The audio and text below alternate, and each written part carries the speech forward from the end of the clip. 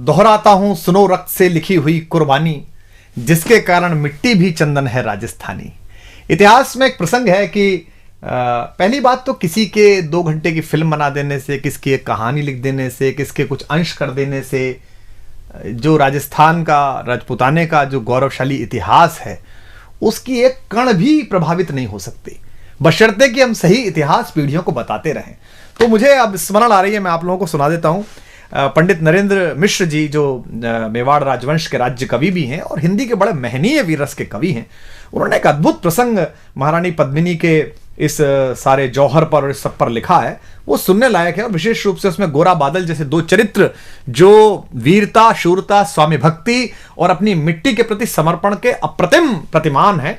अद्भुत कविता है, मुझे स्मरण है तो मैं आपको सुनाता हूं कि दोहराता हूं सुनो रक्त से लिखी हुई कुर्बानी, जिसके कारण मिट्टी भी चंदन है राजस्थानी। रावल रत्न सिंह को छल से कैद किया खिलजी ने। अब वो आए थे उनके घर पर खिलजी, एक सामान्य संस्कार होता है, एक सामान्य अतिथि देवो भव होता है, पधारो हमारे देश का एक संस्कार होता है कि योद्धा हैं, अगर आपके शत्रु हैं, लड़ाई हुई है, उसके बाद भी अगर संधि हुई है, घर तक आए हैं, तो उसी सौम्यता में महाराणा उनको छोड़ने गए बाहर तक और वहां उनको छल पूर्वक कैद कर लिया गया। चूंकि वो छली प्रजाति है तो अब इसको महाराणा वहां कैद हैं और यहां अब ये प्रसंग है कि दोहराता हूं सुनो रक्त से लिखी हुई कुर्बानी, जिसके कारण मिट्टी भी चंदन है राजस्थानी। रावल रत्न सिंह को छल से कैद किया खिलजी ने, कालजयी मित्रों से मिलकर दगा किया खिलजी ने। खिलजी का चित्तौड़ दुर्ग में एक संदेशा आया, जिसको सुनकर शक्त शौर्य पर फिर अंधियारा छाया। 10 दिन के भीतर न पद्मिनी का डोला यदि आया, यदि न रूप की रानी को तुमने दिल्ली पहुंचाया, तो फिर राणा रत्न सिंह का शीश कटा पाओगे और शाही शर्त न मानी तो फिर पीछे पछताओगे। अब ये एक संदेश आता है चित्तौड़ के किले में, तो पूरे किले में बड़ी अफरा तफरी मच जाती है कि महाराणा पहले ही नहीं है और अब ये नया हमारे पर क्या आ गया। तो यह दारुण संवाद लहर सा तोड़ गया रण भर में, यह बिजली की तरह क्षित से फैल गया अंबर में। महारानी हिल गई, शक्ति का सिंहासन डोला था सतीत्व मजबूर जुल्म विजयी स्वर में बोला था। रुष्ट हुए बैठे थे सेनापति गोरा रणधीर, जिनसे रण में भय खाती थी खिलजी की शमशीर। महाराणा के एक अद्भुत सेनापति थे, अद्भुत योद्धा थे, जिनसे पूरा खिलजी वंश और सारे आतताई डरते थे। सेनापति गोरा और उनके भतीजे थे बादल, जो वीरता के अप्रतिम प्रतिमान है, जैसा मैंने कहा। तो जब ये प्रसंग तय हुआ कि महारानी पद्मिनी को शीशे में दिखा दिया जाएगा और ये सब हुआ, इतिहास में ये प्रसंग है और नरेंद्र मिश्र जी ने अपनी कविता में लिखा है, तो इस बात पर वो नाराज हो गए। उन्होंने कहा कि मैं सेनापति हूं, मेरा बोलने का अधिकार नहीं, पर यह संभव नहीं है, कोई व्यक्ति ऐसे भी क्यों देखे। तो राणा रतन सिंह ने सुनते हैं कहा है कि तुम राजनीति नहीं जानते हो, हर समय तलवार निकाल लेते हो, चलो। तो वो नाराज हो गए और वो किला छोड़कर चले गए। तो ये था कि जिससे रण में भय खाती थी खिलजी की शमशीर, रुष्ट हुए बैठे थे सेनापति गोरा रणधीर, अन्य अनेकों मेवाड़ी योद्धागढ़ छोड़ गए थे, रत्न सिंह की संधि नीति से नाता तोड़ गए थे। पर रानी ने प्रथम वीर गोरा को खोज निकाला, वन वन भटक रहा था मन में तिरस्कार की ज्वाला। यह लोक श्रुति है कि महारानी स्वयं घोड़े पर सवार होकर अपनी अंगरक्षिकाओं को लेकर, कोई विश्वस्त साथियों को लेकर जंगल जंगल गई और एक जगह पर उन्हें एक पेड़ के नीचे सेनापति गोरा तलवार लिए मिल गए। तो वहां उनसे उन्होंने बात की। पर रानी ने प्रथम वीर गोरा को खोज निकाला, वन वन भटक रहा था मन में तिरस्कार की ज्वाला। गोरा से पद्मिनी ने खिलजी का पैगाम सुनाया, गोरा को पद्मिनी ने खिलजी का पैगाम सुनाया, मगर वीरता का अपमानित ज्वार नहीं मिट पाया। बोला मैं तो बहुत तुच्छ हूं, राजनीति क्या जानूं। व्यंग में कहता है कष्ट में है, दुख में है, पूरी परंपरा, पूरा वंश उसने सेवा में लगाया मेवाड़ राजवंश के और वहां से अपमानित होकर लौटा है, तो कष्ट में है। तो सेनापति कहता है कि बोला मैं तो बहुत तुच्छ हूं, राजनीति क्या जानूं, निर्वासित हूं राज मुकुट की हट कैसे पहचानूं। बोली पद्मिनी समय नहीं है वीर क्रोध करने का, अगर धरा की आन मिट गई घाव नहीं भरने का। दिल्ली गई पद्मिनी तो फिर पीछे पछताओगे, जीते जी रजपूती कुल को दाग लगा जाओगे। राणा ने जो किया कहा वह माफ करो सेनानी, यह कह गोरा के चरणों पर झुकी पद्मिनी रानी। अब पद्मिनी, महारानी पद्मिनी, मेवाड़ राजवंश की आभा, मेवाड़ राजवंश की ज्योति, वो सेनापति को प्रणाम कर रही है चरणों में झुक के। ये क्या दृश्य है ये क्या करती हो। गोरा पीछे हट बोला और रजपूती गरिमा का फिर धधक उठा था शोला। महारानी हो तुम सिसोदिया कुल की जगदम्बा हो, प्राण प्रतिष्ठा एक लिंग की ज्योति अग्निगंधा हो। किन शब्दों से सम्मानित कर रहा है महारानी को। वो उस समय कैसी स्थिति रही होगी महारानी की कि पति कैद में है, यहां जंगल में हूं, लेकिन वो उनको बता रहा है कि आप कौन हो। महारानी हो तुम सिसोदिया कुल की जगदम्बा हो, प्राण प्रतिष्ठा एक लिंग की ज्योति अग्निगंधा हो, जब तक गोरा के कंधे पर दुर्जय शीश रहेगा। और यह प्रतिज्ञा भारतीय इतिहास में देखिए तो पितामह भीष्म ने जो कहा था कि आई हुई मृत्यु से कहा अजय भीष्म ने, योग नहीं जाने का अभी ऐसे जानकर, और जो मृत्यु है वो कोने में हाथ जोड़कर खड़ी रही कि अभी भीष्म नहीं जाएंगे, जब सूर्य दूसरी दिशा में चले जाएंगे तब जाएंगे। लेकिन यह दूसरी बार हो रहा है कि मृत्यु से वो कह रहे, कहते हैं कि जब तक गोरा के कंधे पर दुर्जय शीश रहेगा, महाकाल से भी राणा का मस्तक नहीं कटेगा। तुम निश्चिंत रहो महलों में देखो समर भवानी, और खिलजी देखेगा केसरिया तलवारों का पानी। खिलजी देखेगा केसरिया तलवारों का पानी। राणा के सकुशल आने तक गोरा नहीं मरेगा, एक पहर तक सिर कटने पर भी धड़ युद्ध करेगा।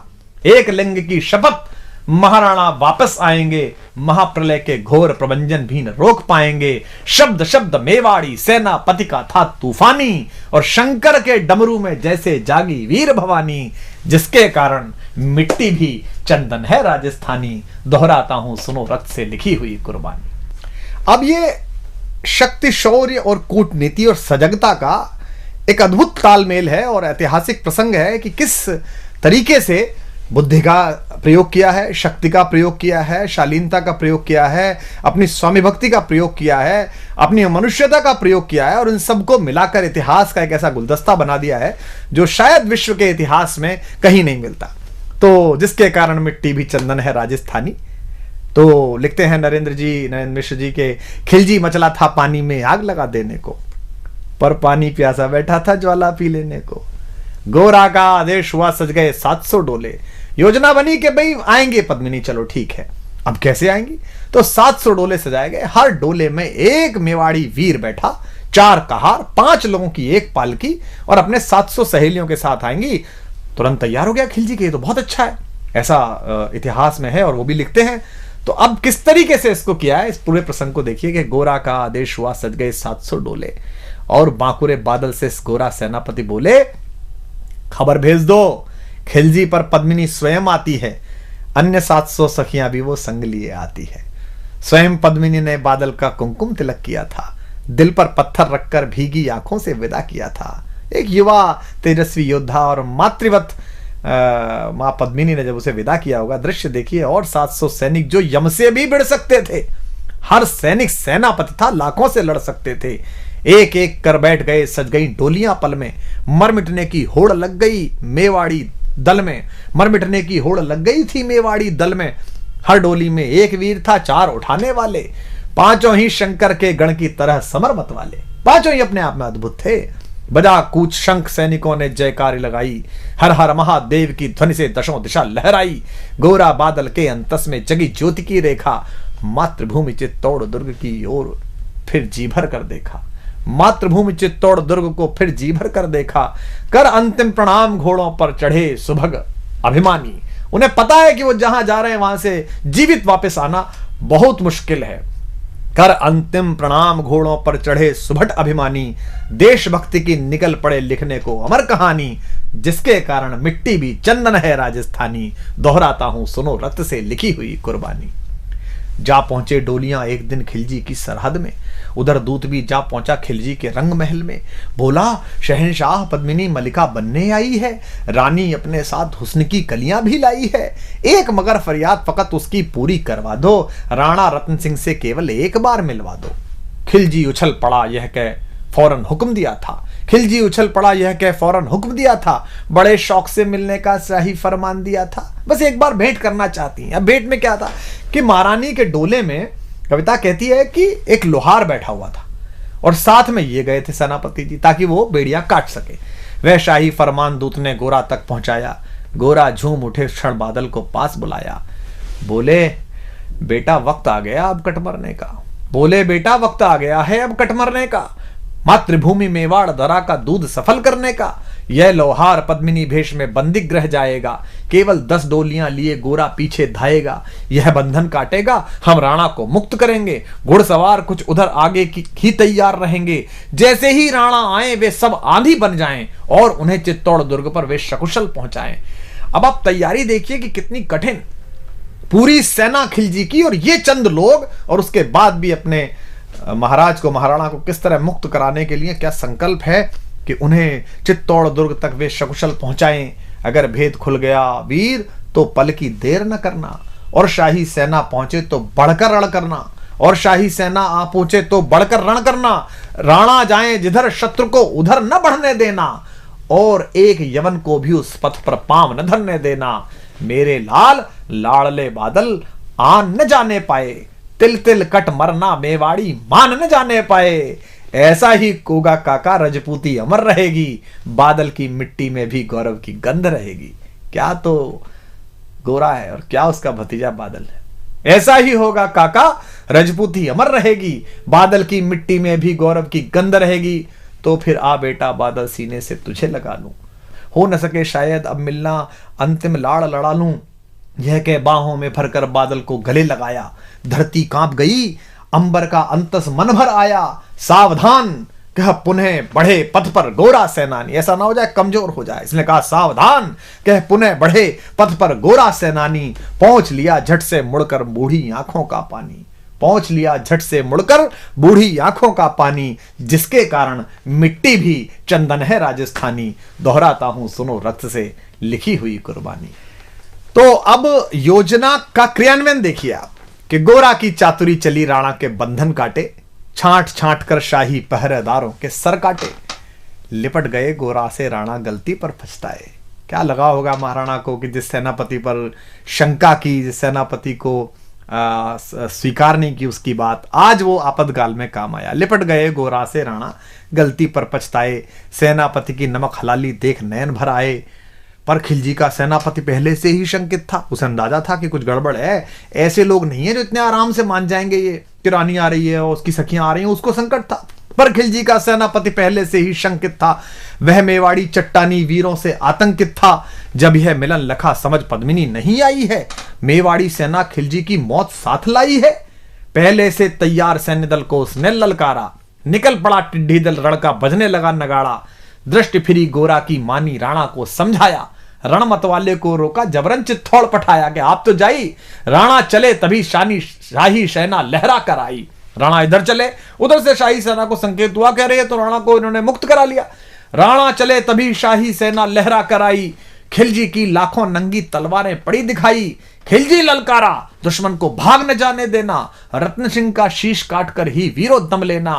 टूट पड़ो मेवाड़ी शेरो, बादल सिंह ललकारा। हर हर महादेव का गर्जा, नववेदी जयकारा। निकल डोलियों से मेवाड़ी बिजली लगी चमकने, काली का खप्पर भरने तलवारें लगी खटकने। वही जो सब बैठ के आई थी सखियों के वेश में, जो सुबह सेनापति आए थे, जो सेना नायक आए थे, वो लड़ मरे। राणा के पथ पर शाही सेनापति तनिक बढ़ा था, पर उस पर तो गोरा हिमगिरी सा अड़ा खड़ा था।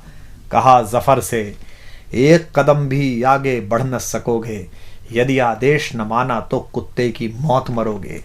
रत्न सिंह तो दूर, न उनकी छाया तुम्हें मिलेगी, दिल्ली की भीषण सेना की होली अभी जलेगी। यह कह महाकाल बनकर गोरा रण में हुंकारा, लगा काटने शीश समर में बही रक्त की धारा। खिलजी की असंख्य सेना से गोरा घिरे हुए थे, पर वे मानो रण में मृत्युंजय बने हुए थे। इतने सारे सैनिक और एक योद्धा, पुण्य प्रकाशित होता है जैसे अगणित पापों से, फूल खिला रहता असंख्य कांटों के संतापों से। वो मेवाड़ी शेर अकेला लाखों से लड़ता था, बड़ा जिस तरफ वीर उधर ही विजय मंत्र पढ़ता था। इस भीषण रण से दहली थी दिल्ली की दीवारें, गोरा से टकरा कर टूटी खिलजी की तलवारें। मगर कयामत देख अंत में छल से काम लिया था, गोरा की जंघा पर अरि ने छिपकर वार किया था, पैर पर तलवार मार दी। जो ही गिरे वीरवर गोरा जफर सामने आया, शीश उतार दिया धोखा देकर मन में हर्ष आया। मगर वाहरे मेवाड़ी गोरा का धड़ भी दौड़ा, किया जफर पर वार की जैसे सिर पर गिरा हथौड़ा। एक बार में ही शाही सेनापति चीर दिया था, जफर मोहम्मद को केवल धड़ ने निर्जीव किया था। शीश कट गया, उसके बाद भी सेनापति गोरा लड़ रहे हैं, उनका धड़ लड़ रहा है। हमारे बहुत बड़े कवि हैं कुमार शिव, राजस्थान में जज भी रहे। उनकी बहुत प्रसिद्ध गजल की पंक्ति है कि जब उनके शीश समर भूमि में उतरते थे, जब उनके शीश समर भूमि में उतरते थे, वे ऐसे लोग थे जिनके कबंध लड़ते थे। तो उनका कबंध, उनका धड़ लड़ रहा है। जफर मोहब्बत ज्यों ही जफर कटा शाही सेना का साहस लरजा, काका का धड़ लख बादल सिंह महारुद्र सा गरजा।